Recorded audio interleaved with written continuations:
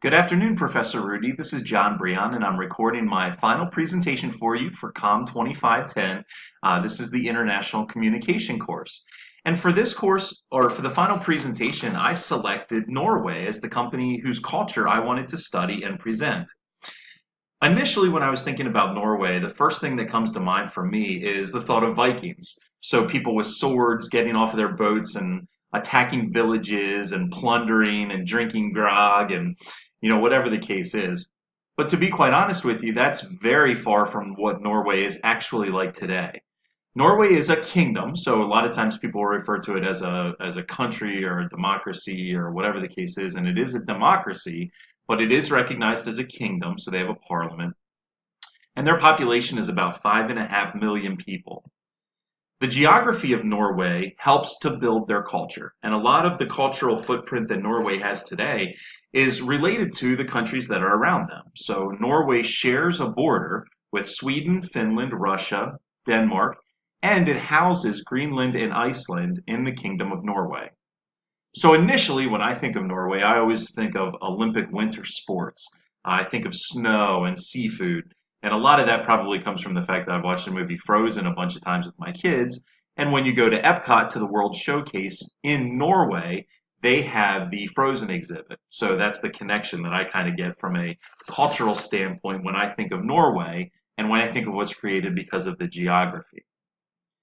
But to understand a little bit more about Norway, it's very interesting to me that they are number one, they're ranked number one on the World Happiness Report. I didn't even know that that existed, but Norway is the first most happiest place on the earth. I thought that was Disney World, but according to the World Happiness Report, it is Norway. So to understand a little bit about how this culture becomes so happy, I kind of made the connection between the art. The more research that you do into Norway, the more that you understand that they are very serious about their artwork.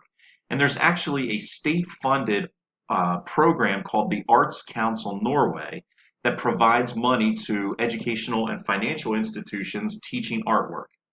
There is a pretty serious music and arts festival season in Norway that starts at the beginning of spring and runs all the way through the end of the summer. The picture in the back, the scream, was actually done by a Norwegian artist. This idea of the state sponsoring art to build spiritual and emotional growth is one of the reasons I think culturally Norway has become recognized as one of the happiest places on earth. The states, here in the United States, we don't necessarily promote the arts as much as it appears to me Norway does through the research that I did for the project. One of the other big pieces of a culture is the social etiquette. So Norway is a very egalitarian culture. What that means is that they try to keep everybody equal, or they appreciate people on the same playing field. The values that are respected in Norway are things like humility, respect, equality, and simplicity. It's a little bit different than here in the United States. We will reward people sometimes that brag about the work that they do. We focus on accomplishments, individual accomplishments. And in Norway, they really focus on things like being humble and showing respect to your peers. The Norwegian people are valued for moral traits that they have, like honesty, respect, and goodness. So if you would be traveling to Norway on business, one of the things that you would want to pay attention to is that you need to make sure that you're not bragging about yourself, that you appear humble. That's going to help you secure a business deal as opposed to bragging about your individual accomplishments. So that's pretty much the idea behind the Norwegian idea of egalitarianism. But there's also some social etiquette pieces to Norway that are fairly interesting as well.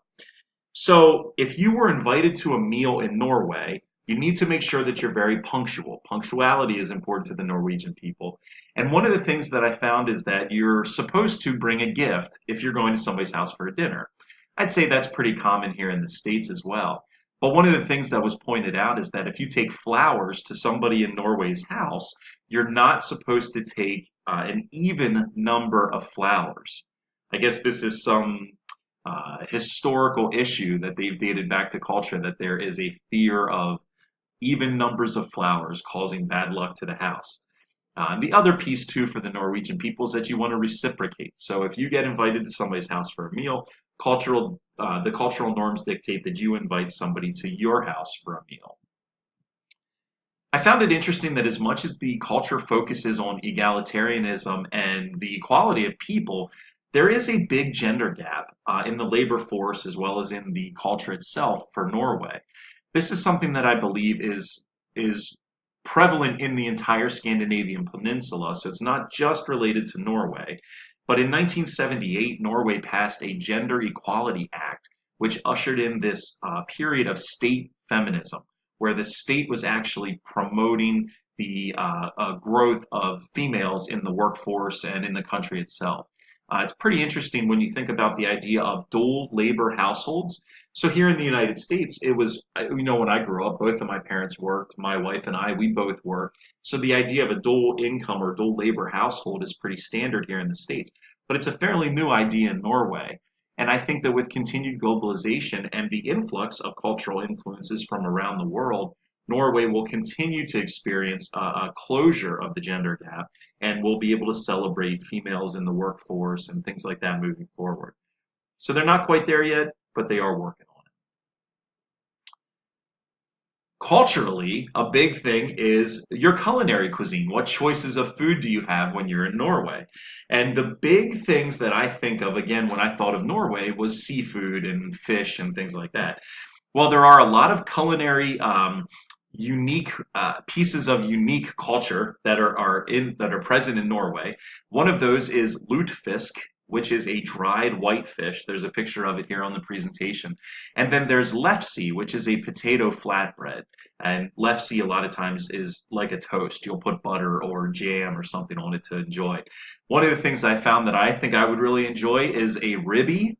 It is a Christmas time tradition that it's pork ribs that are made in sauerkraut or red cabbage. So it's very similar to Pennsylvania Dutch tradition of pork and sauerkraut at New Year's. So those things I'm good with, and that's what I enjoy about the Norwegian culinary culture. But then we have this. This delicacy, if you will, is called smalahove, and it is literally translated to mean sheep's head. So no joke, the Norwegian people consider it lucky if you get to eat the eyeball of the sheep. So yeah, this is going to be something that I would have to say is a nope for me. Interestingly enough, one of my references is a video of a young lady explaining the Norwegian culture, and she says that eating the sheep's cheek is very good because it's just like other sheep meat. Uh, I'm not sure I want to find out what other sheep meat is, but Smalahove, another piece of Norwegian culture that they respect and is unique to the kingdom. One of the other things that I think is easily spread across international borders is the idea of pop culture. And so we always think of the Western influence on global pop culture, but in Norway, they have a lot of the European influence. And so the one big piece of music culture that they have adopted as their own is this idea of the Melody Grand Prix.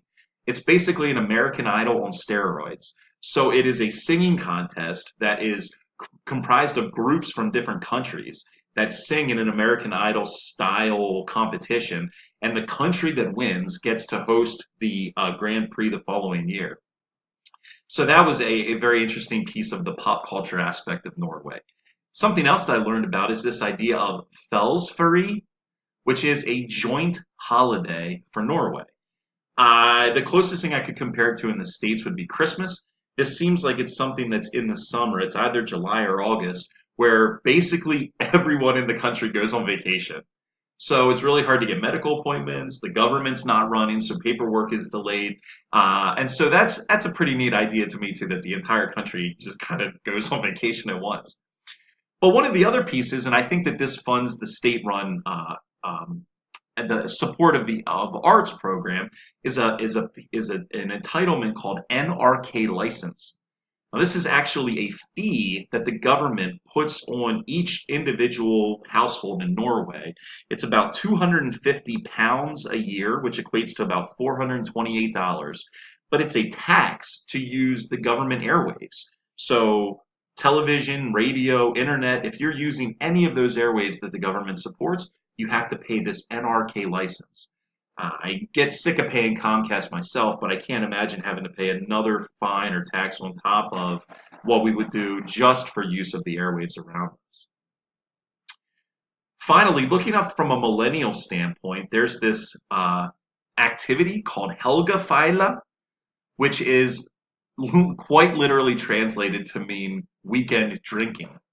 So apparently there are strict laws in Norway regarding alcohol. You can't buy liquor outside of these places called vinapoles, which are like liquor stores here in Pennsylvania.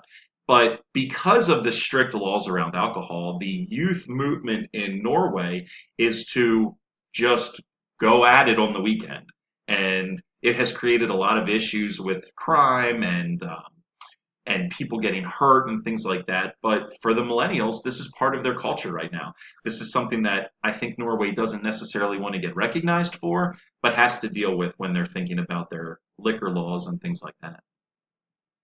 So overall, I was really interested and intrigued by what I found out about Norway. I thought it was very interesting. It actually kind of makes me want to visit there one day. So initially, I thought about Vikings and Frozen and seafood and things like that, and those things do exist. But the modern day footprint for Norway is a country that is working on closing their gender gap. It's a country that has great national pride. And although maybe once it was a shadow of Russia and the Eastern Bloc, Norway is presently bringing attention to themselves and the Scandinavian peninsula.